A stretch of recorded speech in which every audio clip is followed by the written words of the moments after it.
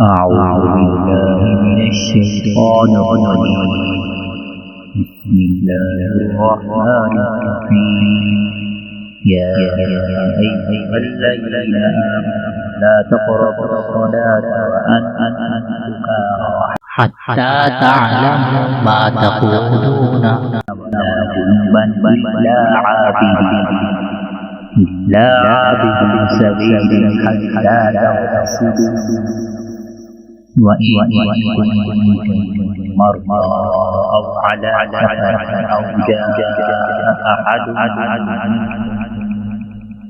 أو جاء أحد منكم من الغائط أو لامستم النساء فلم تجدوا ماء فتيمموا صعيدا طيبا فامسحوا بوجوهكم وأيديكم إن الله كان عفوا غفورا. ألم تر إلى الذين أوتوا نصيبا من الكتاب يشترون الضلالة ألم تر إلى الذين أوتوا نصيبا من الكتاب يشترون الضلالة ويريدون أن تضلوا والله أعلم بأعدائكم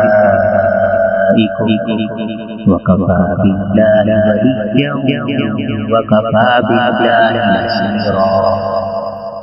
من الذين هادوا يحرفون الكلم عن مواضعه ويقولون سمعنا وعصينا واسمع غير مسمع وراعنا ليا بألسنتهم وطعنا في الدين ولو أنهم قالوا سمعنا وأطعنا واسمع وانظرنا لكان خيرا لهم وأقوم ولكن لعنهم الله بكفرهم فلا يؤمنون إلا قليلا.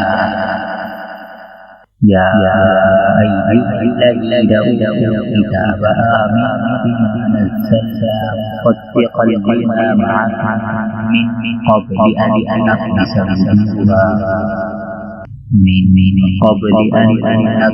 وجوها فنردها على أدبارها أو نلعنها أصحاب السبت وكان أمر الله مفعولا.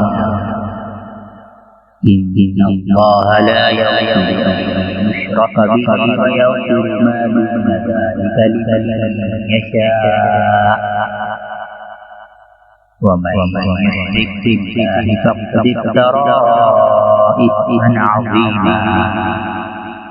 ألم تر إلى الذين يزكون أنفسهم بل الله يزكي من يشاء ولا يظلمون فتيلا. انظر كيف يفترون على الله الكذب وكفى به إثما مبينا.